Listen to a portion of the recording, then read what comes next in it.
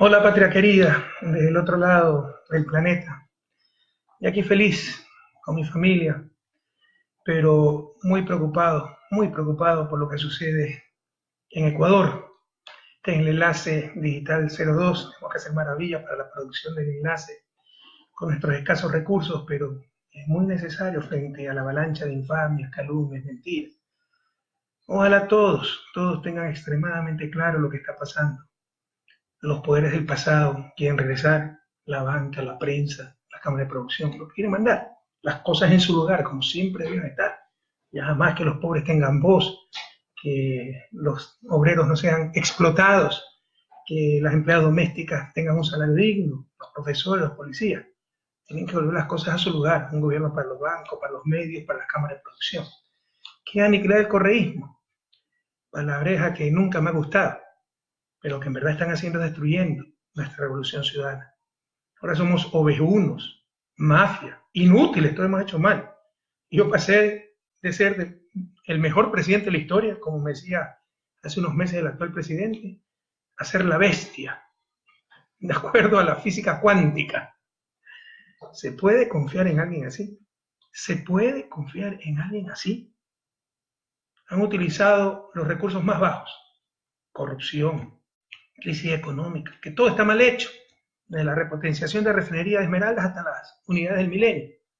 Esta semana empezaron una nueva campaña, la supuesta falta de independencia de la justicia, a base de miles de mails robados, hackeados. Y todo está bloqueado, todo está manipulado. Hay un blindaje mediático impresionante. Siempre la prensa mercantil, ustedes lo saben, estuvo contra nosotros. Pero al menos había los medios públicos, que tenían un impacto marginal, pero existían. Y sobre todo estaba el gobierno, para decir la verdad, para informar. Ahora no tenemos nada. Los medios públicos entregados a la prensa mercantil y el gobierno aliado a la prensa para atacar y destruir a mi gobierno. Por eso, tan necesaria esta intervención, esta forma de comunicación. Tenemos que buscar alternativas ciudadanas para defendernos ante el ataque de los poderes de turno.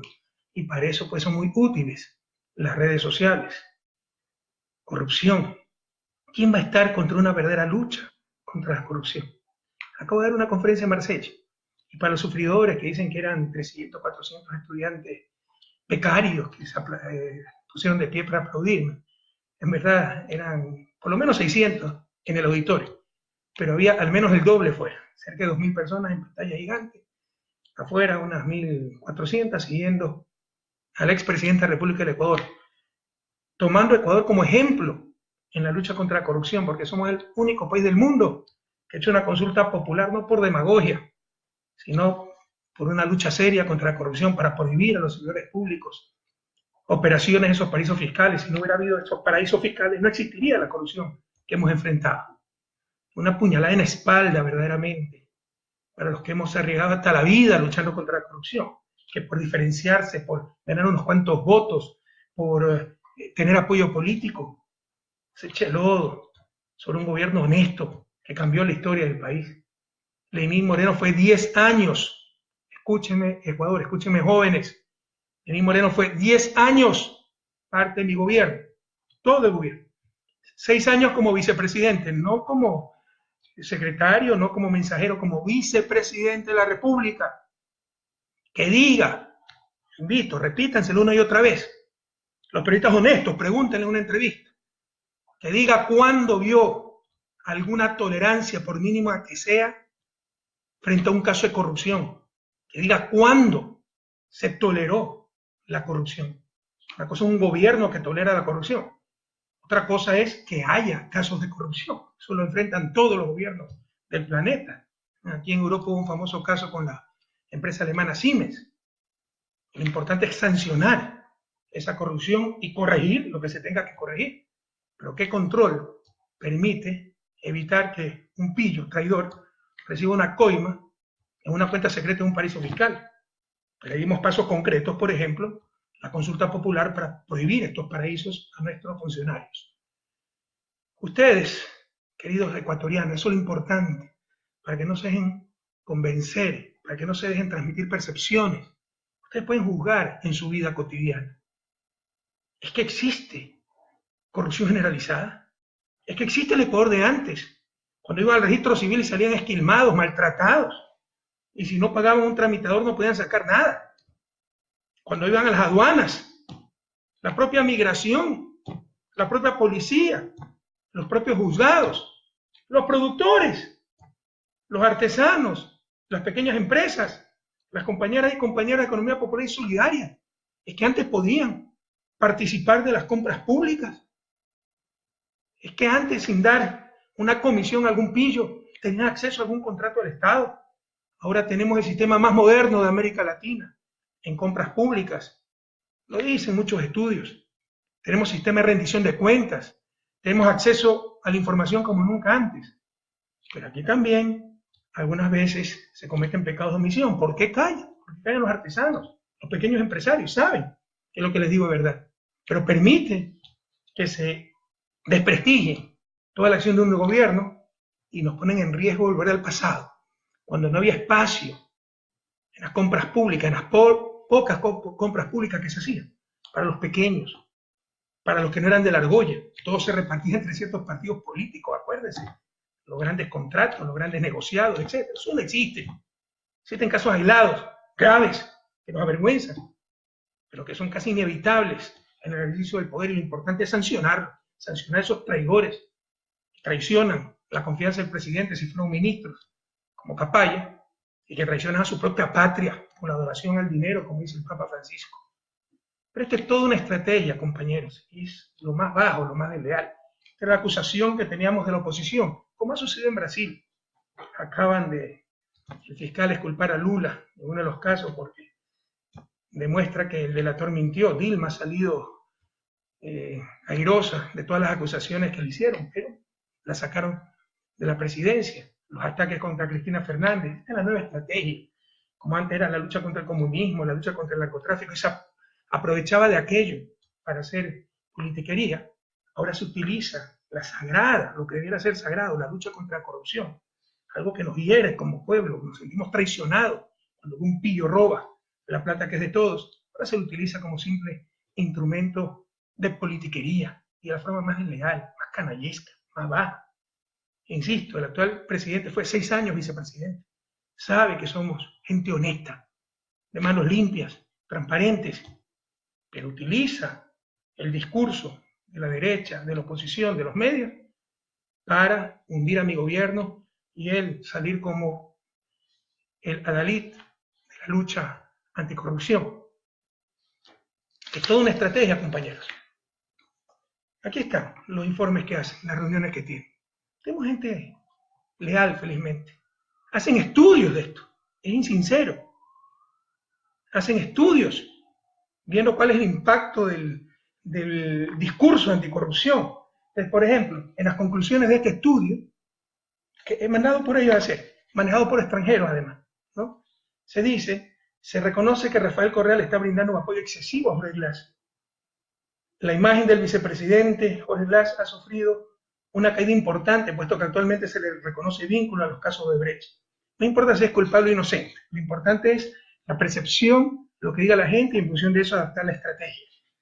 Las acciones tomadas por el presidente Moreno en el caso de Jorge Glass son consideradas como parte de su compromiso en la lucha contra la corrupción, antes que una señal de traición. El efecto de la reciente coyuntura también se ve reflejado en una pérdida de la confianza en la palabra del presidente, aunque esta confianza aún es mayor a la que cuenta cualquier otro líder político del país. Implicancia para la estrategia. Le estoy leyendo parte de las conclusiones para no cansarlos, pero son mucho más. Sé que los compañeros de Alianza País están reunidos en la central de la Chile. Un gran abrazo. Deberé reaccionar, compañero. Este no es nuestro estilo de gobierno. Nosotros actuamos, la revolución actúa en base a principios, valores, no en base a lo que conviene coyunturalmente, a lo que es más acogido políticamente. Como decía en el enlace anterior, no somos como los ríos que buscan lo más débil para llegar al mar, si ese es el objetivo. Vamos recto hacia ese objetivo. No es que hacemos lo más fácil, hacemos lo correcto. Perdón. Implicancias para la estrategia. ¿Ya? Aquí está. Okay. Estos son los cuadros que se presentan en esos grupos que tiene el gobierno para analizar la estrategia, encabezados por el presidente. Es necesario tener cuidado con el tema del diálogo, porque puede ser usado contra el actual presidente en dos vertientes. Dialoga con todos menos con los de su partido. Entre correístas duros dicen que existe esa visión. Y se involucra solo con los partidos cuestionados como el de Bucaram, donde sí tuvo el éxito el discurso correísta. Eso es lo que pone. Otra implicancia para la estrategia. Es importante subrayar que la lealtad está con el Ecuador y con la población tanto en el discurso como en los gestos. Es decir, jóvenes, cada vez que escuchen al presidente decir que él es leal a la patria, al Ecuador, no a personas, está repitiendo lo que le dijeron los estrategas, ¿no? Para ganar votos. Pero preocúpense siempre. En realidad, ser leal a principios, valores, pero por supuesto a las personas cuando se creen en ellas. Otra cosa es si no que se cree en ellas. Pero si no se cree en ellas, ¿por qué siguieron Alianza País? ¿Por qué aceptaron la candidatura? ¿Por qué hablaron en nombre de la Revolución Ciudadana? Cada vez que escuchen a alguien decir, yo soy leal con la patria, con principios y valores, no con personas, es porque le van a meter una puñalada.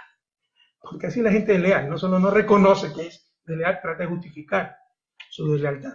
Pero es parte de la estrategia. Cada vez que escuchan al presidente decir, recuerden, se lo dijeron los estrategas. La asociación con Jorge Glass es la parte más débil de la estrategia de Rafael Correa. O sea, es estrategia defender a Jorge Glass. No entienden nada de principios, de valores. No entienden que yo estoy dispuesto a dar la vida por defender a un hombre inocente, honesto. Que prefiero perder todo antes que ver a un hombre honesto en la cárcel. Un patriota. No entienden de eso, no entienden. Solo entienden de estrategia, de diferenciación, de politiquería. Es impresionante la pérdida de valores y principios. Esta no es nuestra revolución, no somos así, compañeros. Venimos precisamente para cambiar estas cosas. Y qué pena que se estén fundamentando en todo lo que hemos combatido estos años. Si bien el presidente salió victorioso frente a Rafael Correa, yo soy el enemigo que tiene que actuar en base a redes sociales. Imagínense la debilidad del gobierno, que tenga como principal adversario a alguien que está al otro lado del mundo, retirado de la política y que tiene que actuar por redes sociales. No debería pensarse que esta situación le llevaría a ganar más apoyo de parte de la opinión pública.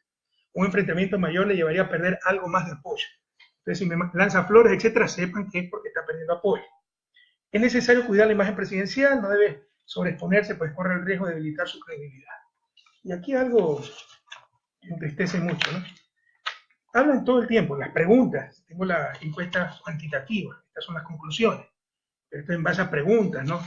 Preguntan si es correísta, anticorreísta, porque el adversario soy yo, y qué opina de la lucha contra la corrupción. En la conclusión, el principal sustento de la aprobación de Lenín Moreno se encuentra en la imagen de lucha contra la corrupción. O sea, es estrategia política la lucha contra la corrupción, qué vergüenza. No hay nada de autenticidad aquí. Sin embargo, el no ser claro en este aspecto también aparece como segunda causa para desaprobar. Esto es lo que estamos enfrentando, compañeros. La lucha contra la corrupción como simple instrumento de politiquería. Es toda una estrategia. Y por supuesto, ha habido 2 casos gravísimos de corrupción. Hasta antes de estos casos, lo máximo que tenía era un pillastre que había falsificado su título profesional, y por ahí está insultando en redes también, pero no merece ni siquiera ser sacado del anonimato. Esto es una estrategia, la supuesta lucha contra la corrupción. Por supuesto que hemos tenido 2 casos graves en los últimos meses, y hay que enfrentarlos con hombría, con responsabilidad. Ustedes saben, son los casos de Petroecuador y Odebrecht, pero tal vez por primera vez en la historia del mismo gobierno, se investigó y se empezó a sancionar esos casos. Por eso Capaya huyó del país. Fíjense qué paradójico, ¿no? Huye de mi gobierno y regresa con este gobierno. Y al regresar incluso graba un video que causa vergüenza ajena. Prácticamente dice, yo no estoy en la lista de Brecht, no estoy en esto. O sea, prácticamente dice que él solo robó en refinería de Esmeralda. Entonces, está bien. La reserva moral del país, qué vergüenza. La reserva moral del país es un corrupto. ¿Por qué nos odia Capaya? Porque fuimos nosotros, pues, los que lo denunciamos. Fuimos nosotros los que no accedimos a sus peticiones de que él no decía nada si es que no involucraban a sus hijos, a su familia. Que involucren a todo el que tengan que involucrar. Nosotros no podíamos llegar a esos tratos. Era ilegal, además de ilegítimo, antiético. Y tengo que reconocer que yo no sirvo para negociar con corruptos. Ahora regresa al país para echar lodo con ventilador. Hace bien el fiscal en no aceptar condiciones de un delincuente. Quiere acogerse a este proceso de disminución de penas, pero llegar a un acuerdo con Fiscalía y poner sus condiciones. Hace muy bien el señor fiscal en no aceptar condiciones de un delincuente. Pero ya van a decir que es para evitar que hable lo que le dé la gana. Yo tengo la solución para eso. El fiscal no tiene que ceder a las condiciones de un delincuente. Pero el presidente puede reducir la pena, puede rebajar penas, tiene capacidad, de acuerdo a la Constitución, el presidente de la República para rebajar las penas. Que ofrezca rebajarle las penas a este delincuente y hable todo lo que tenga que decir, pero con pruebas, no como hizo una campaña electoral para tratar de perjudicarnos, echando lodo con ventilador, financiado por los Isaías, porque ustedes bien saben, Capaya obedeció a los Isaías. Los Isaías auspician a Bucarán, y Bucarán ahora defiende al gobierno. Qué coincidencia, ¿verdad? Con el indulto presidencial se le puede rebajar la pena. Y que diga todo lo que tenga que decir, pero con pruebas, no con tonterías de que él se cree más genio que el resto, entonces cree que vendimos el más barato, que hay un informe de la OPEC que nunca se lo encuentra, y son cosas subjetivas, como hace también Contraloría, ¿no? No era 32 la tarifa, sino 31, o sea, son cosas subjetivas, que diga cosas objetivas, quién recibió el dinero, dónde está la cuenta, pero en todo caso, básicamente dos cosas. Y con detector de mentiras, ¿por qué no le proponemos eso? Como el show que hizo desde Miami, financiado por los Isaías, con detector de mentiras que diga algo muy concreto. ¿Sabía o no sabía Jorge Glass que estaban recibiendo coimas? Tan concreto como eso. Que no venga con generalidades de que Jorge sabía todo. Recuerden que lo mismo me lo hicieron a mí, en el caso de Faricio Correa, ¿no? Para tratar de involucrarme, Faricio Correa dijo, Rafael sabe todo. No, pregúntenle si sabía de sus contratos, de sus negocios. No lo sabía, lo hizo a mis espaldas. Pregúntenle a Capaya con detector de mentiras. ¿Por qué no hacemos una campaña para eso? Ecuatoriano, organicemos, Alianza País, con detector de mentiras. Si sabía o no sabía Jorge Glass que estaban recibiendo coimas. Y la segunda pregunta, que es lo que nos interesa también, ¿cómo era ese mecanismo de coimas con su primo, Carlos Pareja Cordero? Charlie Pareja Cordero, Carlos Pareja Cordero Capac, que no es cualquier persona, fue el secretario de la presidencia de León Férez Cordero, altísimo dirigente social cristiano, director de la campaña de Jaime Nebot, campaña presidencial. Ese era el jefe de la mafia, hoy fugado en Perú. Y de esto no dice nada la prensa, porque es político. Hay que hundir a la revolución ciudadana, hay que hacer creer a todos que los corruptos somos los de la revolución ciudadana. Cuando el jefe de la mafia, el caso Petrocor está prácticamente resuelto, me parece que hay 16 implicados ya sentenciados, y el jefe, el que lavaba el dinero, abría las cuentas, etc.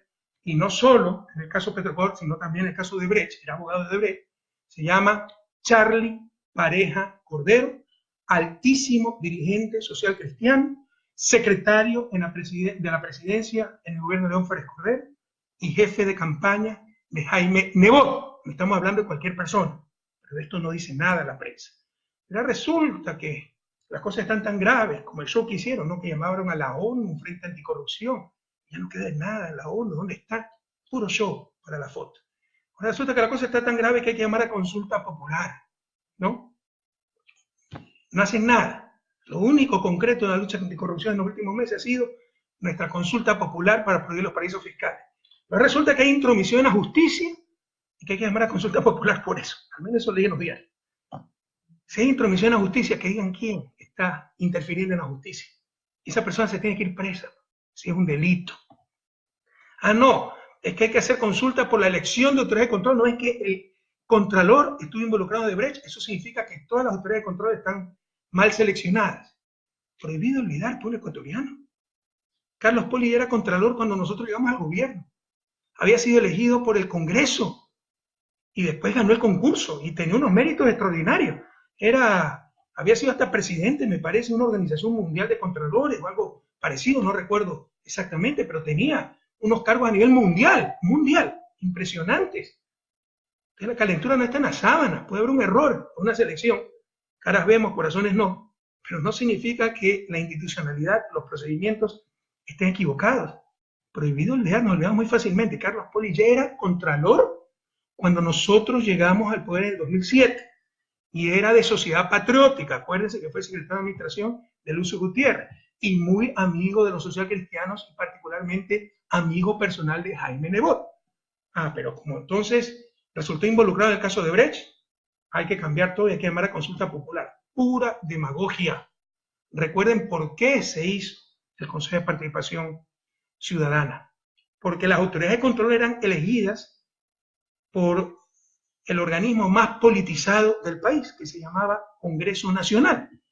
El Congreso elegía jueces, elegía contralor, elegía fiscal, y se repartían la torta para contentar a todo el mundo. Y no se controlaba absolutamente nada. La memoria es frágil. Pero recuerden que el primer fiscal en mi periodo de gobierno fue el que quedó en quinto lugar en cuanto a méritos. Pero eligieron a ese porque era el más cercano a ciertos partidos políticos. Un señor Herman, me acuerdo. Entonces, y con la constituyente cambiamos eso. Recuerden, la autoridad de control la elegía el Congreso Nacional. ¿Quieren regresar a aquello? Hoy la elige un organismo de representación ciudadana, que puede mejorar, por supuesto. Que algunos consejeros todavía no han cumplido con su deber, por supuesto. Pero el concepto es sumamente adecuado. Separar la elección de autoridad de control del organismo más politizado en una república, en un país como es el Congreso Nacional. Pero todas esas cosas nos estamos olvidando. Quieren consulta popular para defenestrar, sacar todas las autoridades de control, eliminar el Consejo de Participación, todo eso es inconstitucional. Quieren hacer un golpe de Estado plebiscitario. Quieren reformar Constitución, quieren reformar estructura del Estado. Llamen a la Asamblea Constituyente y ahí nos vemos. Ahí nos vemos en la Asamblea Constituyente y volveremos a derrotar. Sacaremos los mejores cuadros de cada parroquia, cada cantón, cada provincia y los volveremos a derrotar, compañeros. Y con respecto a Jorge Glass, le insisto, hombre honesto, la política debe tener límites, escrúpulos. Ustedes me han visto alguna vez a mí pedir la prisión para alguien que considero honesto, y para Yamil Maguad, que creo que cometió graves errores como presidente de la República, pero no me conta que él se haya enriquecido de aquello. En la campaña del 2006, mal asesorado por Gustavo Larrea, sí me parece que hicimos una acción pública de reactivación de juicio contra Maguad, y después no estuve muy convencido que hubiésemos hecho lo correcto. Pero fíjense cómo cambian las cosas, los torrentes de dignidad que se ven entre tanta confusión. La votación de Alianza País para levantar inmunidad a Jorge. Respeto la decisión del fiscal, no la comparto. Yo leí el expediente fiscal. Eso no tiene ni pie ni cabeza. Por ejemplo, por supuesto, la prensa manipula todo, ¿no? Me parece que el Comercio publicó en informe de la fiscal Diana Salazar 10 elementos de convicción contra el vicepresidente Jorge Glass. Elementos de convicción como por ejemplo el certificado de que era vicepresidente. Pero así nos manipulan. En verdad no existe absolutamente nada contra el vicepresidente Jorge Glass. Pudimos, con la mayoría que tenemos en la Asamblea, mayoría dada por el pueblo ecuatoriano, porque ese es el espíritu de la Constitución, evitar que cualquier fiscal de repente pueda poner preso al vicepresidente o presidente de la República. Pudimos impedir que se le levante la inmunidad a Jorge Glass, pero eso hubiera aparecido como obstrucción de la justicia y jamás vamos a prestar a aquello. Y Jorge fue el primero en decir, pese a lo injusto de su vinculación, pedir a sus compañeros del bloque Alianza País que se le levante la inmunidad. Esas son cosas nunca vistas. Son ejemplos de ética en medio de tanta confusión, les insisto, en medio de tanta farsa, en medio de tanta politiquería.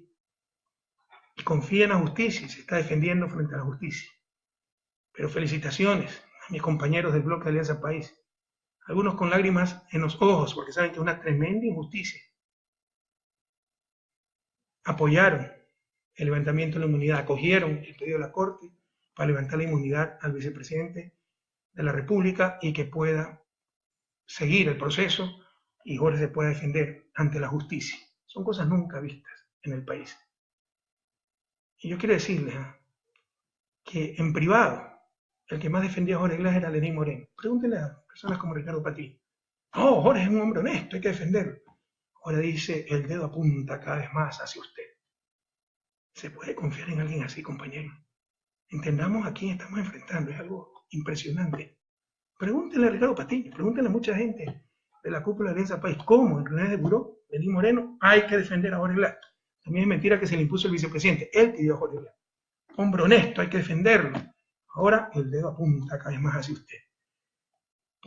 En función de los vaivenes políticos, qué vergüenza. No estar en función de valores, de principios, sino que me da más por el momento. Pero esa gente, créanme, siempre ha fracasado en política y en todo. Y si hay algo que Ecuador no soporta son los traidores. Esta ha sido una pesadilla, compañero. Un gobierno honesto, con, con base en una prensa que siempre nos ha odiado, una estrategia regional de la derecha, atacar con el discurso anticorrupción a los gobiernos progresistas. Han tratado de hacernos quedar como un gobierno de corruptos. No somos gente de clase media, que salimos con lo mismo que entramos y tal vez con menos, que todo lo que recibimos lo dejamos para el pueblo ecuatoriano, todo lo que recibimos en el ejercicio del poder. Ojalá nunca hubiera permitido el regreso de una compañía como Odebrecht. Pero recuerden que pagó todo, ganamos todo, se sometió a todo lo que le exigíamos. ¿Cómo argumentaba ya que no regresara? Y recuerden también la presión de la prensa. Había periodistas que nos decían que éramos unos tiranos, dictadores, que así no se trata la inversión extranjera. Y recuerden que Brasil incluso nos retiró el embajador. ¿Ya? Y estuvo fuera el embajador como 2 años, hasta que regresa a la compañía, no con las presiones diplomáticas, sino porque, insisto, se sometió a todo lo que le exigía. Como hubiéramos querido que no regresara esa empresa corrupta y corruptora. Pero yo les pregunto una cosa, compañero. A Capaya, que fue ministro nuestro 3, 4 meses, porque era medio bipolar, le pedimos la renuncia casi enseguida, pero era la referencia de la honestidad en el sector petrolero. Fue el que inició el proceso para la caducidad de Oxy, hasta escribió un libro sobre la caducidad de Oxy. Fue gerente de Petroecuador, presidente de Petroecuador del gobierno de Alfredo Palacio, y siempre alto funcionario en el sector petrolero. Está involucrado él. Carlos Poli, que era de Sociedad Patriótica.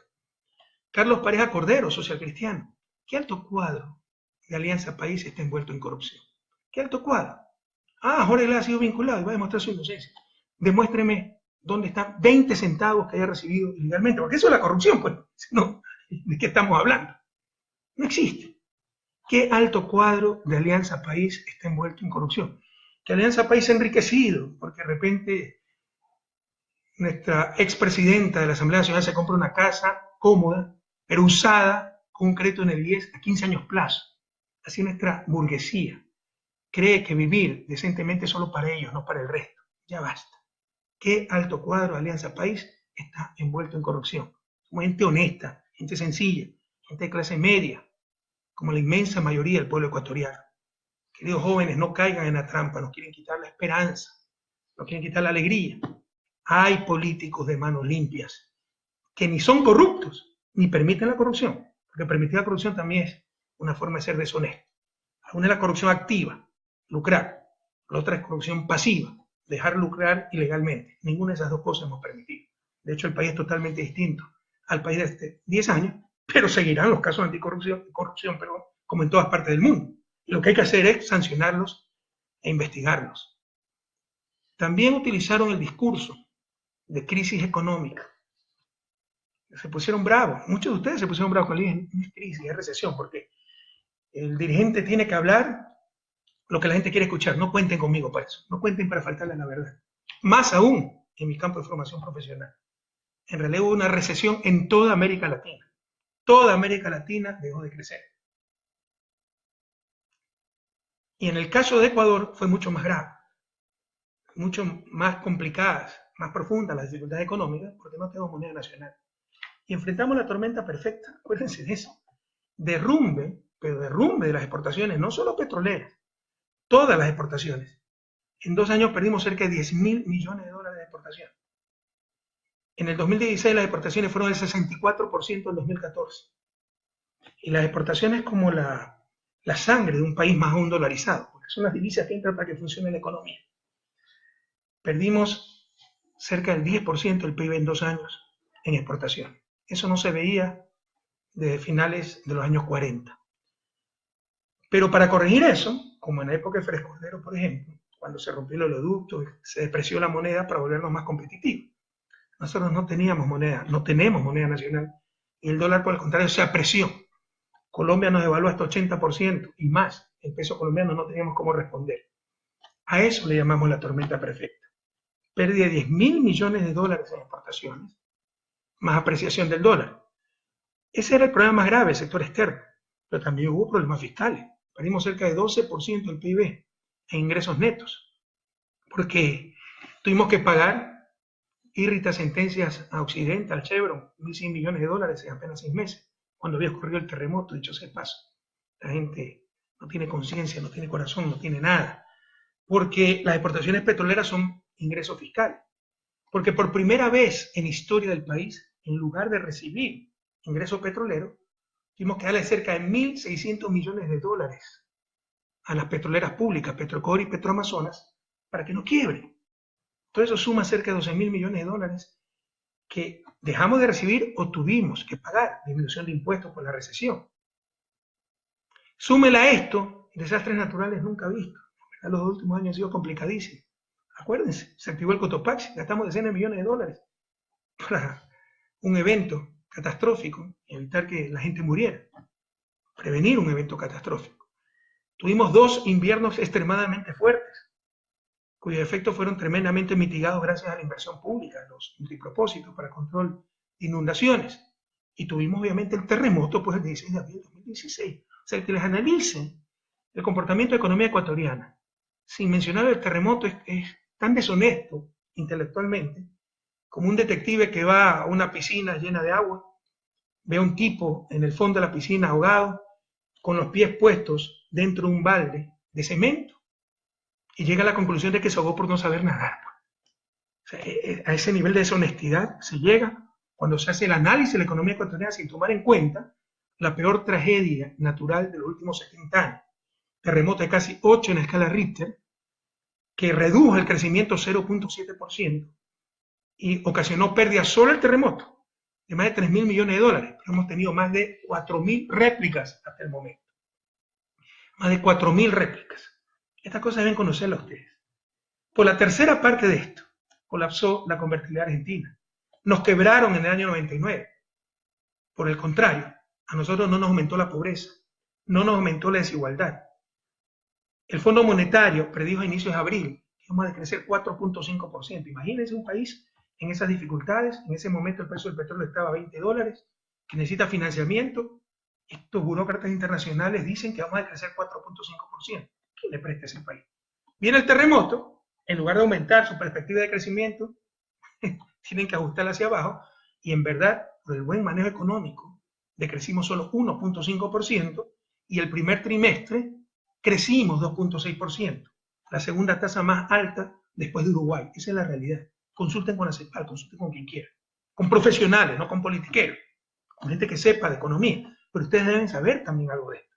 Yo sé, es entendible, ¿no? Yo lo que veo es que vendo menos en mi tiendita, que mi hijo no encuentra trabajo, que no me aumentan el sueldo, pero hay que ver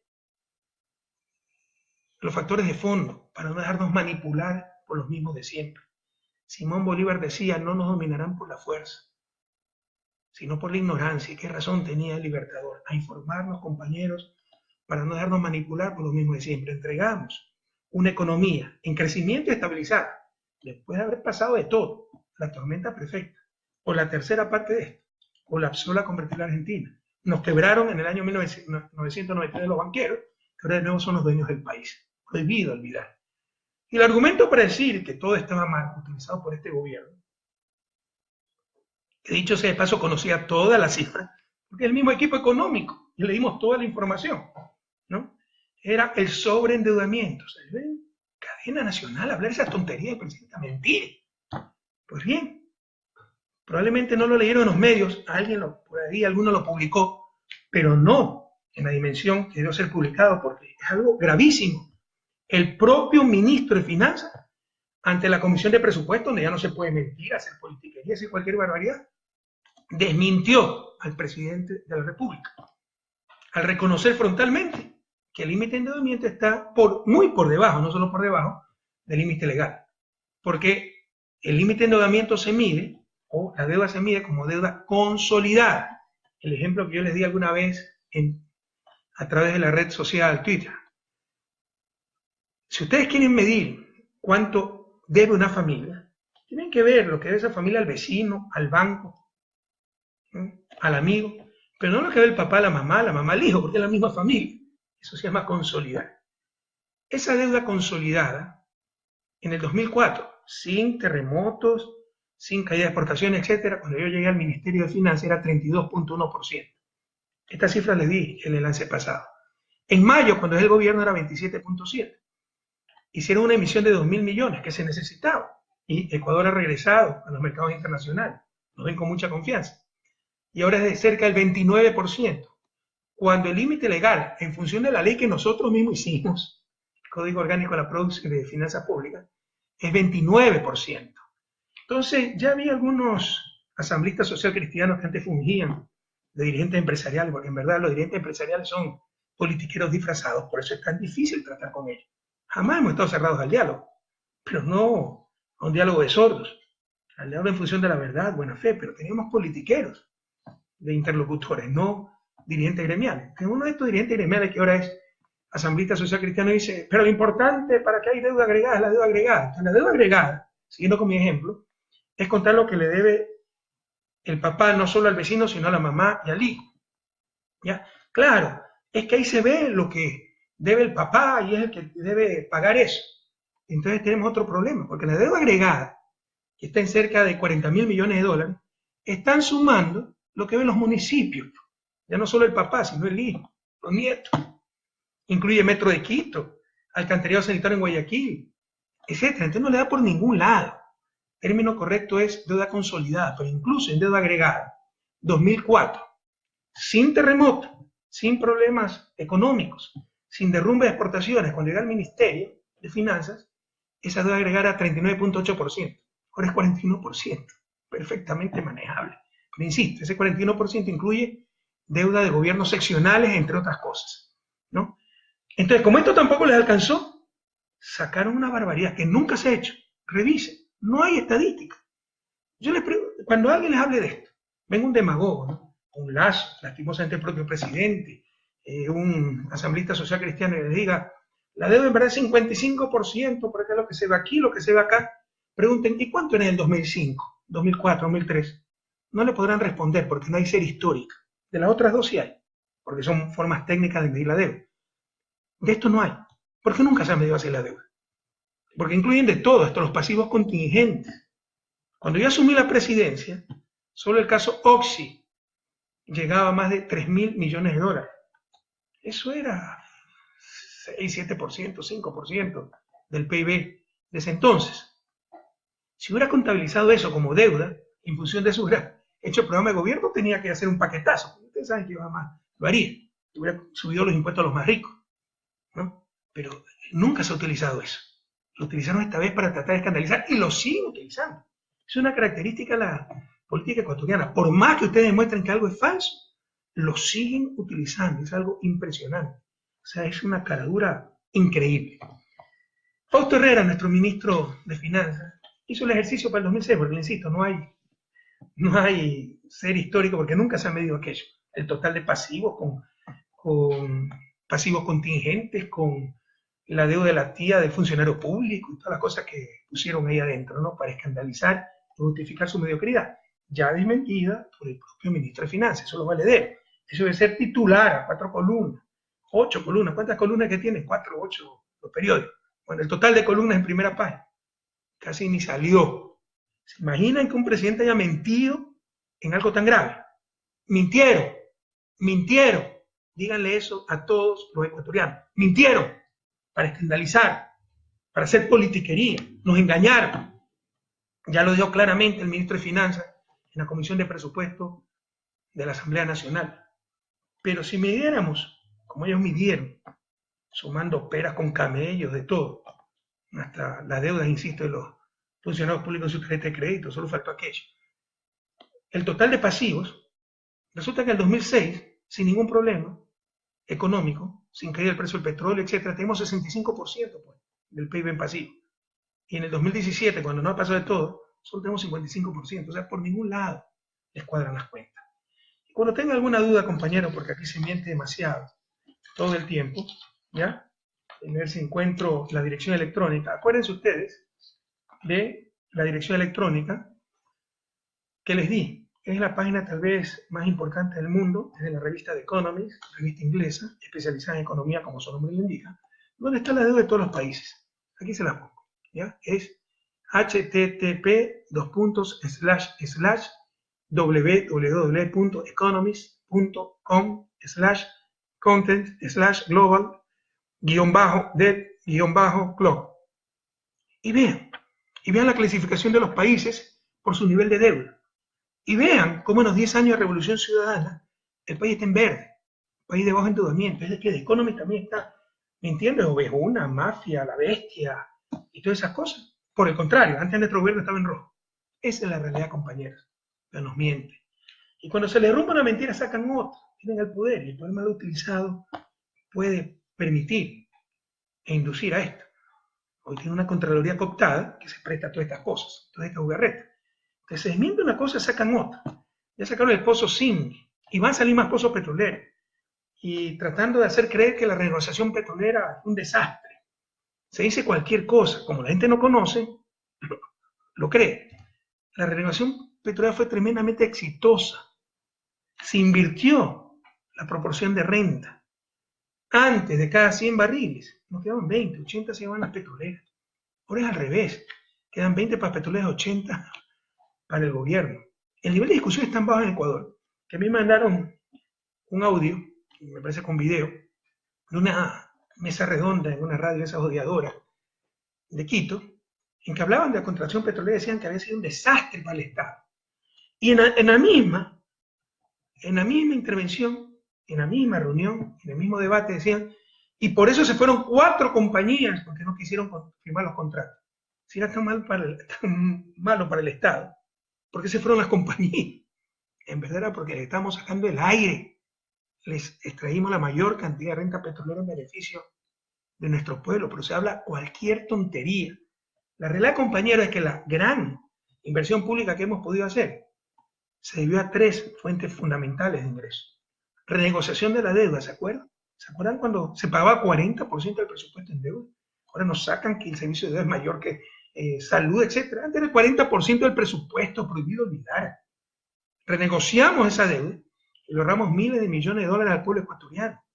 Y esa liberación de miles de millones de dólares en el presupuesto sirvieron para carreteras, infraestructura, hospitales, infraestructura productiva, infraestructura social. Se renegociaron los contratos petroleros. René Ramírez, un gran profesional, calcula que más de 30.000 millones de dólares se recuperaron gracias a esa renegociación, que se lo hubieran llevado las compañías. Y se triplicó el ingreso tributario, porque se acabó con otra forma generalizada de corrupción, de la cual no se habla, que es la evasión. No quiere hacer creer que la corrupción está en el patrimonio del sector público. ¿Quién es el corrupto y corruptor en el caso de Odebrecht? Odebrecht, empresa privada. Y la evasión era corrupción. Y era generalizada esa corrupción. Hemos triplicado el ingreso tributario. Pero, miren, incluso con la deuda agregada, 40.000 millones de dólares, cerca de 40.000 millones, que incluye 7.000 millones de bonos que tiene el IES, que era la propia plata del gobierno central. Era el absurdo subsidio que teníamos que darle cuando no necesitaba el IES, subsidio que alcanzaba cerca de 1.000 millones de dólares anuales, 40% de las pensiones. Teníamos que darle, porque se les ocurrió hacer una ley, como la ley que ahora se les ocurrió también a principios de este siglo, que dice que tenemos que pagarle las atenciones como gobierno central, es decir, todos los ecuatorianos las atenciones de los jubilados, que es la razón de salud de los jubilados, que es la razón de ser del IES. Se les ocurrió, hace unas décadas, decir que el Estado tenía que dar 40% de subsidio, un subsidio correspondiente al 40% de las pensiones, así tenga excedente o no el IES, que ahora tiene grandes excedentes. Esa es nuestra propia plata, no es que fue gasto público irresponsable, ni mucho menos. 7.000 millones de dólares. Pero incluso con todo esto, la deuda agregada es 40.000 millones. La inversión en los 10 años de Revolución Ciudadana fue cercana a 90.000 millones de dólares. Es decir, mientras hay una deuda de 40.000, tenemos activos por 90.000 millones y un saldo favorable de 50.000 millones de dólares. Esa es la realidad. ¿De dónde salieron esos 50.000 millones? Renegociación de deuda externa, renegociación de contratos petroleros y triplicación de la recaudación tributaria. Esa es la verdad, prohibido olvidar por el ecuatoriano. Cada día es un nuevo escándalo, con la complicidad de la prensa, con una irresponsabilidad tremenda, con una ligereza tremenda. Entonces ya dicen que la repotenciación de refinería Esmeralda, donde hubo corrupción, y ese corrupto está preso, Capayo, también fue técnicamente mala. Yo pedí varios informes técnicos, eso sí es observable. Me dicen no solo que no fue mala, fue muy bien hecha. Puede ser que me engañen, que revisen. Pero primero revisen pues antes de hacer escándalo. Y no solo en la refinería, pues somos unos inútiles, todos hacemos mal, hasta la escuela de las leyes. Entonces, almacenamiento de gas de Montevideo está mal hecho, está mal hecha el relleno de la refinería del Pacífico, no sé cómo se puede hacer mal un relleno, la refinería Esmeralda, Oleoducto Pascual de Cuenca, que todavía no se acaba. Y Bajo Alto, que ahí sí hubo problemas constructivos, que lo detectamos nosotros, huyeron los contratistas españoles, pero hubo hasta presos por ese caso. Yo sinceramente creo que el ministro Pérez, que dicho sea de paso viene del sector privado, gente de Halliburton, ¿sabes qué es Halliburton? ¿No? Es la empresa petrolera, el servicio petrolero de Dick Cheney, el ex vicepresidente de Bush, de George Bush. Ese es Halliburton, ese es nuestro ministro de hidrocarburos actualmente. Yo sinceramente creo que no sabe lo que habla, o lo sabe y sus intenciones son otras. Primero, son proyectos que deben estar hace décadas hechos. Si hubiera estado refinería del Pacífico, Ecuador no tuviera deuda externa. Si hubiera estado refinería Esmeralda, hubiéramos ahorrado miles de millones de dólares y seguridad para Esmeraldas. Porque ahora dicen que nosotros hemos puesto en riesgo Esmeraldas, que están locos. Vaya, vean, este es el cementerio de hierros viejos, cómo el reactor estaba fracturado. Pero ahora sí el reactor, el corazón, FCC, creo que se llama FFC, corazón de la refinería, está recalentándose. Averigüen por qué, pues. Ah, mala construcción. ¿De dónde? Fue fiscalización internacional, fueron las mejores empresas del mundo. Pero puede ser, averigüen. Pero también puede ser mal mantenimiento. Y también puede ser las réplicas del terremoto. Que no sean irresponsables. Primero averigüen y luego hablen. Pero primero hablan y después dicen que van a tener auditorías internacionales. Dicho sea de paso, las fiscalizaciones fueron internacionales. Bastaría preguntarle al fiscalizador. Hay que hacer show, ¿no? Y cuando va a visitar, y gracias a Dios están asumiendo su responsabilidad nuestros compañeros asambleístas, cuando una comisión de la Asamblea va a visitar la refinería, resulta que funciona al 100%, que era el objetivo, uno de los dos objetivos principales de la repotenciación. El segundo era dar seguridad a Esmeraldas, a la ciudad de Esmeraldas, porque la refinería había originado incendios, en cualquier rato podía explotar, etc. Antes de la repotenciación funcionaba el 85%. Por eso perdíamos cerca de 300 millones anuales porque teníamos que importar gasolina. Va la comisión y funciona al 100%. Esta gente hizo un escándalo de que la repotenciación estaba mal hecha. Es que se está calentando el reactor. Bueno, averigüen por qué. Pues primero, puede haber múltiples razones. No mala repotenciación. Y ya la última es que sacó que una planta de azufre no ha sido reparada. O sea, palo porque bogas, palo porque no bogas. Ahora resulta que como no se repotenció la planta de azufre, somos culpables, ¿no? Cuando dijeron que se había gastado mucho en la repotenciación, que no es 2.000 millones, eso es mentira, es 1.200 millones, sino que la refinería cuesta unos 300 millones anuales para que funcione, le suman todo, ¿no? En verdad se gastó 1.200 millones en la repotenciación de la refinería.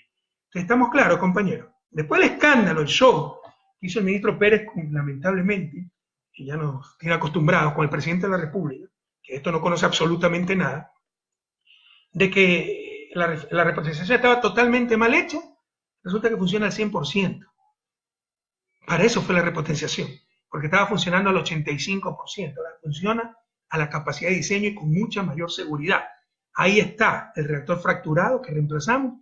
En 40 años no se había dado un adecuado mantenimiento a esa refinería, peor una repotenciación.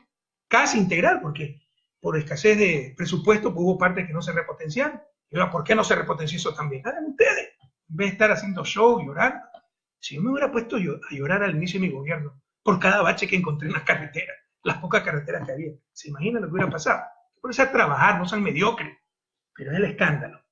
Ahora el almacenamiento de gas, ese proyecto con el poliducto para envasado de gas en Chorrilla, costó cerca de 600 millones de dólares. Escándalo porque faltan 11 millones de dólares para mantenimiento.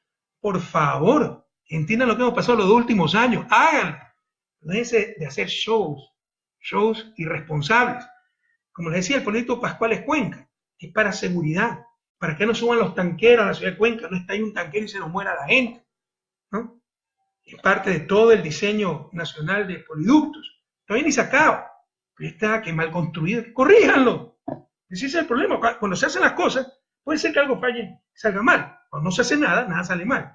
Refería al Pacífico, no sé ni de qué están hablando, porque no me digan que un relleno está mal hecho. Y Odebrecht pudo haber sido tremendamente corrupta, pero no hacía malos trabajos. O sea, generalmente las construcciones de Odebrecht han sido reconocidas, era la más importante constructora, la más importante de toda América Latina. Salió sobreprecio, etcétera, eso es otra cosa, ¿no? Eso es corrupción, pero técnicamente ya no hay por qué dudar. Pero si esa refinería del Pacífico, imagínense después de 40 años de exportadores de petróleo, todavía importamos gasolinas. Qué vergüenza. Como siempre decía, ¿no? Exportamos choclos para importar humitas. Mejor hago las gomitas yo mismo, pues si tengo las materias primas y genero trabajo, desarrollo tecnológico, etc. Para eso es Refinería del Pacífico. Si hubiera estado hecha hace 30 años, no tendríamos modelo externo. En vez de criticar todo el tiempo, pónganse a trabajar. Ya no sean llorones, ya basta. Con todo lo que hemos hecho, por supuesto que puede haber cosas que salen mal. Bajo Alto, un proyecto lindísimo, que nadie más lo hizo, ¿no? El gas natural del Golfo, llevarlo licuado para la industria, en principio de Cuenca, y también para Machala Power. En lugar de utilizar combustible importado, utilizamos nuestro gas natural. La empresa que hizo la construcción hizo malos estudios y se hundió la planta. Puede salir mal algo, pero fue mi gobierno que detectamos eso, que se iniciaron los juicios, etc. Huyó esta gente, ¿qué podemos hacer? Pero entonces que también está mal hecho y todo está mal hecho. Ya basta, no sean mediocres. Y primero, infórmense antes de hablar de contratar auditorías internacionales, como ahora dicen, que si van a contratar auditorías internacionales, ¿por qué adelantaron las conclusiones? ¿Se dan cuenta el nivel de irresponsabilidad del que estamos hablando y de nuestros proyectos estratégicos?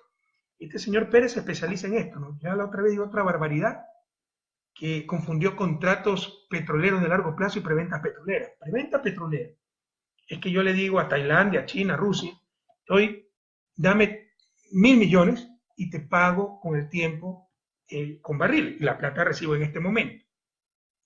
Contratos petroleros a largo plazo, es decir, te garantizo que te vendo a ti el petróleo al precio de mercado durante los próximos 5 años. Así tú te aseguras suministro de petróleo y yo me aseguro del mercado petrolero. Grandes decisiones, más aún con la inestabilidad del mercado petrolero de los últimos años y la sobreoferta petrolera. Y este señor cuenta todo, es decir, los contratos de largo plazo, donde la plata no la recibe este gobierno. ¿Sí? Es después de 3 años que se vende el petróleo, la recibe el gobierno que esté en ese momento en el país. Y calcula que son 20.000 millones de deudas. Una ignorancia total. Y esto lo publican los medios de comunicación. Ya ven que no lo repiten, porque es una brutalidad terrible, pero no corrigieron nunca. Y así asustan a la gente. Y eso es lo que hemos vivido estos 100 días de este gobierno, puro show, por decirlo menos imprecisiones, algunas veces grandes mentiras, declaraciones irresponsables, mediocridad absoluta, criticando todo el tiempo, en lugar de ponerse a trabajar. Yo le decía, o sea, este señor no sabe, o sabe y busca otra cosa. Viene del sector privado, gerente de la empresa transnacional de servicios petroleros más grande del mundo, es Halliburton y le sigue Schlumberger, francesa. ¿Acaso no querrán privatizar? Cuidado, nos privatizan el sector petrolero, almacenamiento de gas licuado, etcétera, en nombre del diálogo. Cuidado, porque me parece que esas son las intenciones ante tanto show, tanto escándalo, sin fundamento. Y fíjense cómo son las cosas, compañeros. No es que aparte, el tiempo me da la razón y más rápido de lo que pienso. Ahora resulta que el dinero electrónico no ha sido malo, ha sido bueno. Pero si lo tiene la banca como negocio. Si lo tiene el Banco Central es malo. Es querer acabar con la dolarización, es querer crear una moneda paralela. O sea, la moneda paralela la va a crear la banca. Si la banca tiene el negocio, entonces ya no es moneda paralela. O mienten ahora o mintieron antes. Pero no puede ser que las dos cosas sean ciertas. Si el Banco Central tenía dinero electrónico, era moneda paralela. Si la banca tiene dinero electrónico, no es moneda paralela. La realidad es que mintieron antes. Como siempre les expliqué, nunca fue moneda paralela. Y lo que quería era el negocio de la banca. Y nosotros no tenemos problema, cuidado. Pero no quería una regulación adecuada. Porque es muy riesgoso. ¿Quién quebró el país? ¿Acaso lo quebró el artesano? ¿Acaso lo quebró el profesional que me está escuchando? ¿Los compañeros indígenas? ¿El agricultor? ¿Y quebraron los banqueros? ¿Con qué solvencia moral nos viene a decir ahora que son la referencia, lo que saben qué hacer, etcétera? Hay que andar con mucho cuidado, no pueden quebrar de nuevo. Si se maneja mal el dinero electrónico, si no está 100% respaldado, por supuesto que puede haber un colapso económico. Y no querían aceptar las regulaciones. No tenía problema en darle a la banca privada. También a la banca privada, junto con el Banco Central, pero con adecuadas regulaciones. Y no querían aceptar. Hoy le dieron alegremente a toda la banca privada, pues, el dinero electrónico, que era tan malo. Recuérdense todo lo que decían, todas las barbaridades que se inventaron, todo lo que publicó la prensa. ¿Ahora qué dice la prensa? Pero ¿saben otra cosa? Esto es parte de todo un acuerdo con la banca. Es algo terrible. ¿Cómo se está manejando el país? Compañeros de Alianza País que me están viendo en la sede de la Chile, agárrense de sus sillas, porque así nos están gobernando. totalmente contrario a nuestros principios éticos de transparencia. Hay todo un acuerdo con la banca. Aquí está. Acuerdos con la banca. Metas y apoyo para conseguirlas, ¿no? Entonces, por ejemplo, Asobanca será la vocera encargada de proponer públicamente los cambios normativos para mejor uso efectivo y mayor uso de medios digitales. Y el gobierno recogerá y apoyará estas peticiones. O sea, todo un tongo ya preparado. Nos van a hacer una serie de medidas en beneficio de la banca, pero va a proponer la propia Asobanca y las va a recibir el gobierno, a acoger el gobierno esas medidas. ¿A cambio de qué? Siguiente párrafo. Los bancos apoyarán comunicacionalmente los esfuerzos fiscales por reducir el déficit. Qué vergüenza. Qué vergüenza estos tongos a espaldas del pueblo ecuatoriano. Y aquí está en el punto siguiente parte de lo que se va a hacer. Por ejemplo, retiro en ventanilla actualmente es gratis, ¿no? Después de 3 transacciones gratis mensuales, acumuladas hasta $2.000, sobre ese monto se cobrará 0.5% y 1% por transacción. Supongo que esto va a la banca, porque si fuera impuesto tendría que pasar por la asamblea. Pero para el ciudadano es indiferente si es un impuesto o pago a la banca. Lo que nos están sacando es plata de nuestro bolsillo. Estos son los acuerdos que hay, que no le han dicho al pueblo ecuatoriano. Puro tongo. Así se está manejando el país, compañeros. Reaccionemos. Reacciona, Ecuador. Esto también es corrupción. Tengan la fe, la confianza absoluta que nunca nosotros utilizamos estos mecanismos. Yo puedo tener todos los efectos que ustedes quieran, enojarme, lo que ustedes quieran. Pero todo el mundo sabía lo que pensaba, lo que sentía. Y estos acuerdos eran públicos, y se decían. Y por eso, como muchas veces lo decía públicamente, ay, no hay diálogo, nos los impuso. No, dialogar es escuchar, tratar de consensuar, pero al final tomar decisiones. Aquí lo que están haciendo es amarrando, repartiéndose el país.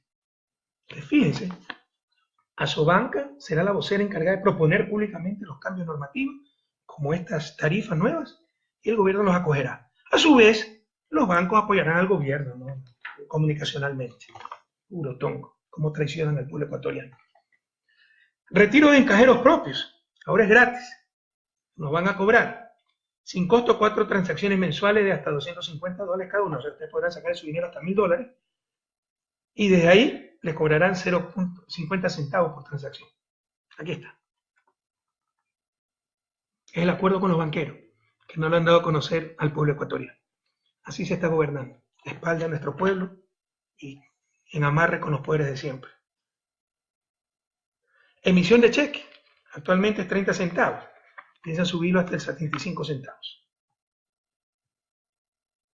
Todo esto, ¿ya?, para que la banca apoye comunicacionalmente al gobierno, además del negocio del dinero electrónico.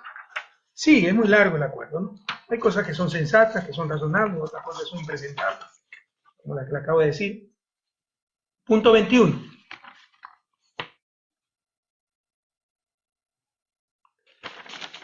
Se reformará la normativa vigente.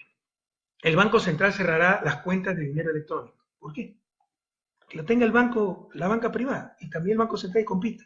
Pero no, le dan todo el negocio a la banca privada, pero que los apoye comunicacionalmente al gobierno. Así se compran las conciencias, así se está repartiendo el país. Punto 25. Gravísimo. Existe el compromiso de la Superintendencia de Banco de analizar la norma de determinación de propiedad indirecta número 375/2017F de las entidades del sistema financiero. Es decir, levantar las restricciones que nosotros pusimos para que los bancos tengan otra clase de negocio, lo cual era nefasto para el país. Se había puesto un límite. Si ustedes tienen hasta 6% de acciones en un banco, no pueden tener empresas en el sector real, una industria, una distribuidora de carros. Por la sencilla razón de que pueden manipular con el banco, le dan crédito a su empresa y no le dan crédito al competidor. Un banquero que se dedica a ser banquero.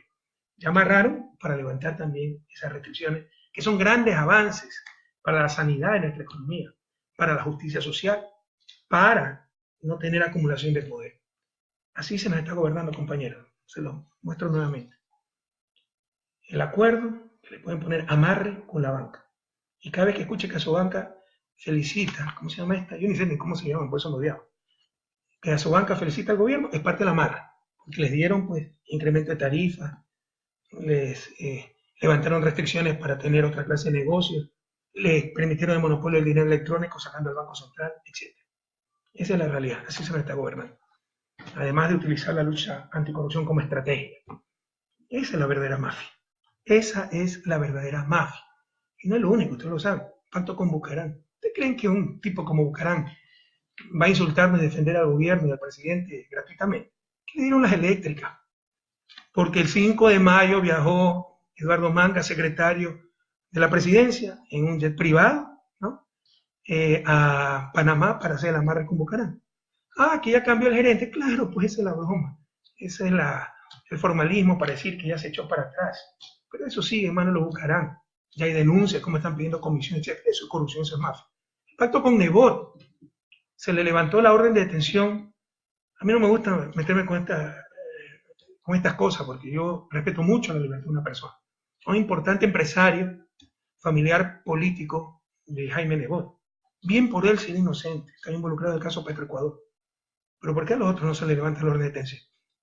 ¿Por qué a unos sí y a otros no? Eso fue parte del pacto con los social cristianos. Que ahora van hasta tomarse fotos al puerto de Pozorra cuando siempre se opusieron al puerto de Pozorra. Ya vamos a hablar de eso. Escondieron y siguen escondiendo escándalos de miles de millones de dólares de lavado de activos en un banco amigo, en un banco de personas que apoyaron muchísimo en la campaña a Lenín Moreno. Averigüen en qué avión viajaba Lenín Moreno, en qué avión viajaron a Panamá y averigüen la relación con este banco que lavaba dinero. Sigue el hombre del maletín en asamblea. Felizmente nuestro bloque se ha mostrado incorruptible, repartiendo cargos, tienen operadores por provincia. Sigue Contraloría como instrumento de persecución. Presiones políticas al fiscal, que no lo ha dicho, lo sé. Sobre todo de este señor también, el secretario de la presidencia, eso es delito. Ahí están las verdaderas mafias, compañeros, ahí está la corrupción. Como también es corrupción y deshonestidad de los medios hackeados, el nuevo escándalo que quieren hacer, demostrar que la justicia estuvo manejada por Correa. El robo de información nos ha pasado todo el tiempo, nos han robado miles de mensajes. Eso demuestra la ética que tenemos del poder, porque no puede demostrar absolutamente nada. Lo único que demuestra este nuevo robo es cómo cumplía con mi deber. Todos los días yo revisaba un resumen de noticias, en base a ese resumen, todo digital, copiaba la noticia y preguntaba a los jurídicos, incluso a compañeros de otras funciones, legislativo, judicial, etcétera, cómo va esto, qué pasó, para saber si la defensa del gobierno era buena, no era buena, porque resulta también cualquier error de otra función, un juicio mal hecho, al final del día lo paga el gobierno central, se nos demandan ante instancias internacionales. No tienen nada de qué acusarnos, lo único que demuestra eso es la ética, la responsabilidad, la pulcritud con las que hemos cumplido nuestras funciones presidenciales. Deberían criticarnos si no nos preocupamos de esas cosas, pero imagínense publicar mails robados, hackeados. No es la primera vez, también se encontraron en la computadora de Fernando Villavicencio, etc. Siempre nos hackearon todo, nos robaron todo y no pude demostrar absolutamente nada porque siempre hemos sido éticos en el manejo del poder. Pero fíjense la doble moral. Durante las elecciones, el diario argentino Página 12 sí presentó una investigación seria con firma de responsabilidad de una periodista García, con pruebas sobre las 49 offshore de Guillermo Lasso, candidato opositor. La prensa no publicó nada. Aquí nos roban mes y tratan de hacer un escándalo. Sigan intentando sus escándalos, compañeros. Lo único que confirmará es la ética con que manejamos la cosa pública. Y con todo el derecho también, para saber si había que impugnar un juez, etcétera, si sabíamos que tenía antecedentes negativos. Todo eso, pues, ni me preocupaba, pero si lo hizo la ministra de Justicia ese entonces, me parece totalmente correcto, que sepa si un juez tiene malos antecedentes, y recuerden que hay concurso, impugnación pública, y se puede impugnar como cualquier otro ciudadano para garantizar la calidad del sistema de justicia, que ahora es referencia a nivel regional y mundial. Esta gente lo quiere volver a convertir en botín entre piratas. Estoy hablando en mi email, estoy hablando de noticias del periódico. Si yo manejo la justicia, debería saber, pues no, las cosas que están pasando. Y lo que hago es replicar las noticias del periódico. Lo único que hacen esos mails robados es demostrar responsabilidad con que cumplíamos nuestro deber de presidente de la República. Y tantas mentiras que se han dicho, ¿no? Ahora resulta que los medios del milenio también son malas. ¡Qué barbaridad! Y nos hacen unos estudios chimbos ahí terribles. Yo les puedo mostrar otros estudios que nos dicen que son extraordinarios. Es que no se ve diferencia en calidad. La inmensa mayoría, yo diría más del 80% de las escuelas del milenio no tienen más allá de 3 años. Se constituyeron uniendo escuelas de diferentes sectores. Todo eso factores hay que tomarlos en cuenta para poder medir el impacto en calidad. No es lo mismo chicos que llevan 10 años estudiando juntos con los mismos profesores en el mismo colegio, que escuelas de menos de 13 años que reunieron la escuelita de 30 alumnos aquí, de 60 alumnos acá. O sea, es una barbaridad lo que han hecho. Estudios serios nos dicen que la Unidad del Milenio es un éxito completo, pero ya quieren derrumbar también las escuelas del Milenio para contentar a los demagogos de siempre, dirigentes indígenas, campesinos que prefieren tener la escuela cerca, así sea un unidocente de 30 alumnos, que buenas escuelas con un poco de sacrificio en transporte. Tal vez el error fue nuestro, por tratar, insisto, de hacer lo que creímos más conveniente, ¿no? Enfatizamos las escuelas del Milenio en el sector rural porque es donde peor educación hay.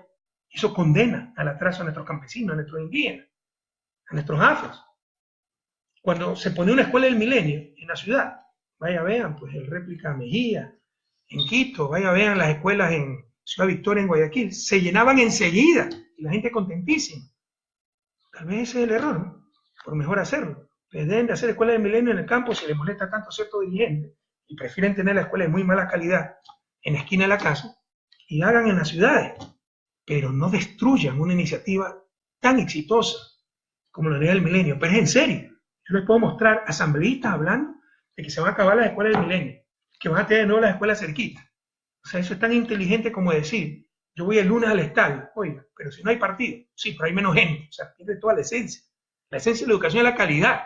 Y van a sacrificar calidad supuestamente por cercanía. En el siglo XXI, cuando hay transporte, si hay alguna falla en transporte, hay que mejorar pues el transporte. Pero no hay que eliminar la escuela del Milenio, que ya lo están diciendo. Me parece increíble. También dijeron el cupo de universidades públicas, que han aumentado estos últimos años. Créanme, estoy muy preocupado de esa necesidad. Yo creo que no comprenden lo que es verdadera universidad. Y no dicen toda la verdad. Que en 2 años no se aumentó pues, el presupuesto de universidades públicas, incluso se tuvo que reducir por la dificultad económica. Entonces, ¿cómo van a abrir más cupos si no tienen más presupuesto? Pero se olvidan de que cerramos 14 universidades privadas, que ha habido un incremento fortísimo en estos 10 años de matrícula pública y matrícula en general, cerca de 300.000 nuevos estudiantes en universidades. Que se reestructuró la oferta. En lugar de tener decenas de miles de puestos para abogados, administradores, que ya no necesitaba más el país, se abrieron más plazas para científicos, para ingenieros, que es mucho más caro, porque no es TIC y pizarrón, sino laboratorio, etc. De acuerdo a la UNESCO, somos el sistema educativo universitario que más avanza en la región. Y también quieren acabar con esto para contentar a todo el mundo o porque no se entiende lo que es universidad. Es una pena enorme. Ya también la presión para bajar la ley de plusvalía. La ley de plusvalía se aprobó en diciembre. ¿Quién de ustedes ha pagado más? Claro, los efectos totales, en verdad, los impactos van a ver 2018-2019. Pues les aseguro, fírmenlo. Se lo firmo, perdón, anótenlo. Que van a pagar menos. ¿Qué es lo que está pasando? Que ahora la gente sí tiene que declarar el verdadero valor de su bien inmueble. Porque si lo subvalora para pagar menos impuestos, al venderlo va a tener que pagar más. Eso es correcto. Porque lo otro se llama evasión, pues. No podemos estar de acuerdo con la evasión. Eso también es corrupción. Pequeñita, pero corrupción. Aceptada, pero sigue siendo corrupción. Eso no se puede aceptar. Hay que declarar el valor real del inmueble y pagar los impuestos correspondientes. La gente, ustedes saben, algo que valía 300.000 lo ponía a 100.000 y lo vendía a 300.000. Esa gente sí va a tener que pagar plusvalía. Mejor así declara 300.000 y por eso algunos están bravos. Y los especuladores también están bravos. Pero para la inmensa mayoría, que es la que tiene que comprar la casita, todo esto les va a beneficiar. Para los constructores de vivienda social, cuyo principal problema es la especulación del suelo, esto va a acabar con la especulación del suelo. Para el ciudadano que se tiene que enfrentar a una burbuja inmobiliaria como pasó con nuestros migrantes, esto impide la burbuja inmobiliaria. No se dejen engañar. En todo caso, estoy acabando un artículo muy completo sobre la ley de plusvalía, pero nos están engañando con esto. Como también, pues, nos engañan, por ejemplo, con el puerto de Posorga, ¿no? Que nos hablan de caballerosidad, nobleza. La base de la nobleza es actuar en función de principios, de valores. Todo lo hicimos nosotros para el puerto de Posorga. Aquí está el decreto de mayo del 2016, en que se dice, vean, para mayor información, decreto 1060, que la compañía DP World Investment, por primera vez una compañía del Medio Oriente, investiga en Ecuador en esa magnitud, ¿no? Este es de Emiratos Árabes. Nunca Ecuador ha tenido relación con Emiratos Árabes. Vinieron al país por el prestigio de la Revolución Ciudadana.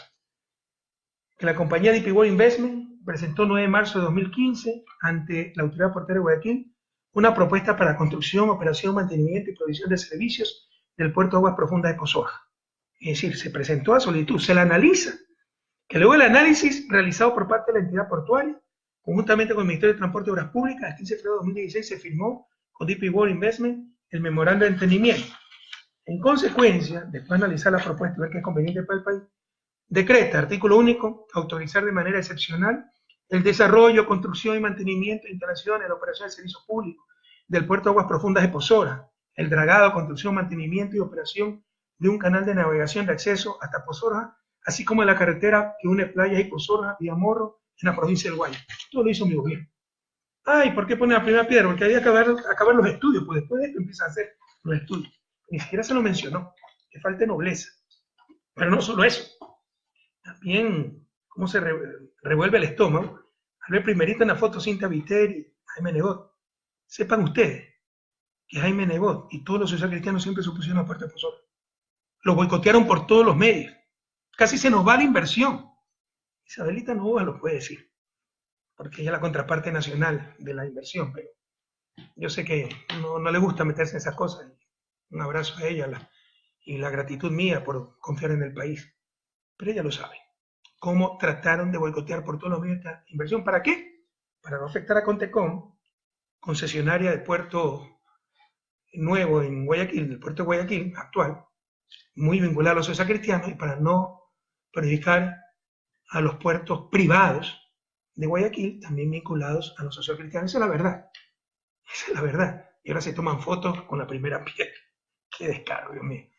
Y ahora nos dicen que el sector productivo estaba estancado. Les insisto, los politiqueros disfrazados de dirigentes gremiales, ¿no? Lo que pasa es que no gobernaban ellos. A todos les fue muy bien. Pero no gobernaban, no mandaban en mi gobierno. Ahora sí mandan, parece, ¿no? Como siempre lo hicieron. Pero con mi gobierno no mandaron. Aquí está la realidad, también se lo he demostrado. Estas son las utilidades empresariales, ¿no? En mi gobierno fueron más del doble que antes de mi gobierno. En promedio, 8.067 millones, cuando el decenio anterior fue 2.663 millones. Tomando el último año, 2006, las utilidades empresariales fueron 3.979 millones. Pese a todas las dificultades del 2015, tuvimos 9.498 millones, más del doble. En 2014 tuvimos casi el triple. Todos han ganado harta plata. Pero como no mandaron al presidente Correa, no lo ordenaron, entonces es que no se desarrolló el sector productivo. Pura mentira. Los verdaderos empresarios están muy agradecidos con el gobierno, porque hubo reglas claras, ¿no? Hubo apoyo a la producción, pero obviamente no gobiernan ellos, gobiernan los legítimamente electos, como debe ser en toda democracia. Entonces los politiqueros, disfrazados empresarios, se ponen bravos con esas cosas. Y mientras dicen tantas mentiras y pasan tantas barbaridades, ¿cuántas casas construidas? Recuerden que ofrecieron 325.000 viviendas. Eso significa 81.250 viviendas por año. 223 casas por día. Hoy día debieron acabar 223 casas. ¿Cuántas han hecho? Cero. No, presidente, se equivoca. El otro día entregaron unas decenas de casas. Eran nuestras casas, las que nosotros empezamos a hacer, de la reconstrucción. Ellos no han empezado a hacer nada. Y dijeron que iba a vender vehículos de lujo, haciendo creer a la gente que nosotros utilizamos vehículos de lujo. ¿Dónde están los vehículos de lujo? El único vehículo de lujo que conocí fue el de la vicepresidencia cuando Lenín Moreno era vicepresidente, que era razonable por sus condiciones físicas. ¿Pero qué otro vehículo de lujo? ¿Dónde están? Ustedes han visto que se hayan vendido vehículos de lujo, pero así nos mienten. ¿Dónde está el incremento de bonos? Porque eso fue lo que ofrecieron. No echar luego con ventilador a sus supuestos compañeros para diferenciarse, para hacer politiquería, para congraciarse con la partidocracia, la bancocracia. Ofrecieron 223 viviendas diarias. Ofrecieron duplicar el bono. Solo las viviendas cuestan más de 1.218 millones por año, sin contar la duplicación de bonos. Y no existe en la proforma presupuestaria. Recuerden, compañeros, la demagogia también es corrupción. Seguimos con el Observatorio Ciudadano y el fact-check. Para el próximo enlace lo hemos de tener listo. Tenemos que sacar recursos donde no hay. La gente después de su trabajo está colaborando en esto. Pero ya vamos a acabar. La base informática digital para el Observatorio Ciudadano, para hacer seguimiento. ¿Cuántas casas han construido? ¿Cuántos carros de lujo han vendido? ¿Cuántos bienes inmobiliarios han vendido? Eran 307 millones. Otra vez creo que vendieron 3 millones. Nosotros vendimos más de 80 millones, pura demagogia. Y que con eso van a financiar el presupuesto. Y también vamos a hacer el fact check. Cada vez que hay una mentira, la deuda del 55%, en esa página web, en ese medio informático, van a ver la realidad. Y compatriotas, para finalizar, mi alegría de comunicarme con ustedes, aunque sea por este medio. Estoy muy preocupado por el país y todos deberían estar preocupados. Nos están mintiendo. Hay deslealtad, traición. Están volviendo las cosas como debían de ser. Que manden los de siempre, los banqueros, las cámaras de producción, no los empresarios. Los empresarios están con nosotros, artesanos. Empresario es el trabajador, el vendedor informal. No, los que siempre han sido dueños del país, vinculados a los social cristianos, a Creo, se está aplicando el discurso y la agenda de la derecha. Dime quién te aplaude y te diré quién eres. Y este gobierno es aplaudido por los mismos de siempre. Los banqueros al poder, la partidocracia, la prensa, los mismos de siempre. Esa no es la revolución. Hoy se regocija la oposición. Hemos sido traicionados. ¿Sí? Hemos sido traicionados. Eso no es democrático. No se elige una persona, se elige un programa. Se está incumpliendo ese programa y se está adoptando el programa de la oposición. Ay, pero tiene gran apoyo popular. Eso es efímero. Si fuera cierto. Supongo que lo es. Pero también con el tremendo apoyo de los medios de comunicación. Y si creen que eso va a durar, la gente no es tonta. Se puede engañar a unos pocos mucho tiempo, a mucho poco tiempo, pero a mucho, mucho tiempo. Es bien difícil. Y cuando se derrumbe este show, cuando se derrumbe tantas mentiras, no quedará nada. Verán que fueron todo falsedades, demagogia. Pero se regocija la oposición por la traición que hemos recibido. Mañana pueden ser ellos. Como decía el gran comandante sandinista Tomás Boris, siempre se puede confiar en los traidores, no cambia nunca. Esto debería ser rechazado por todos. Siempre se puede confiar en los traidores, no cambian nunca. Esto debe ser rechazado por todos. Esta falta de lealtad, esta falta de ética política, que se ofreció una cosa, se hace todo lo contrario, con la complicidad de los medios de comunicación, se traiciona a la gente, regresan al poder los mismos de siempre, a los que la gente rechazó en las urnas. Pero ¿saben qué? Tengo la absoluta confianza de que volveremos a vencer. El pueblo ecuatoriano siempre ha castigado la traición. Acuérdense Ramiro González, que ahora anda por los techos, ¿no? Pero uno de los tantos que criticaba, junto con la derecha, al gobierno. Acuérdense de tantos, Alberto Acosta sacó 3% cuando fue candidato, ruptura de los 25, no ganaron nada esos muchachos. El pueblo ecuatoriano siempre ha castigado la traición, la deslealtad.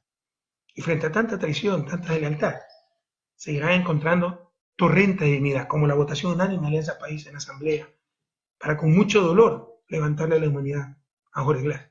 Pero también, como la renuncia de Ricardo Patiño, de Paula Pavón, de Virgilio Hernández, miembros del gabinete, pero que no podían conectar tanta mentira, tanto insulto, tanta difamación a un gobierno que fue leyenda.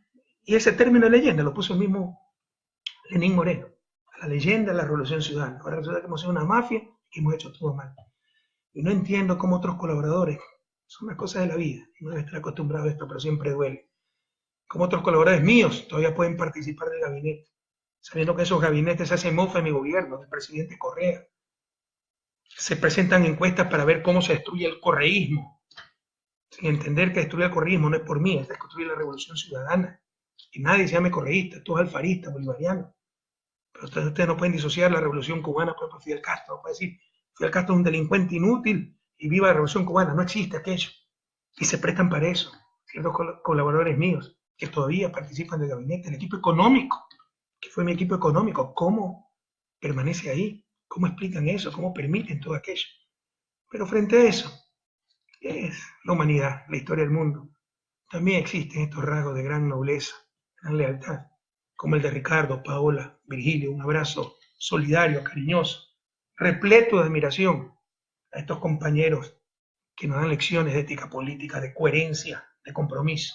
Y les insisto, cuando se les acabe el show, no quedará nada de sus mentiras, pero seguirán las carreteras, las escuelas, los hospitales, las hidroeléctricas, la autoestima recuperada, la patria renacida, como les dije, en enero de 2007. En enero de 2017, cuando asumí la presidencia, se lo dije, a no tener miedo, a tener fe, Hasta la victoria siempre, compañeros. Venceremos.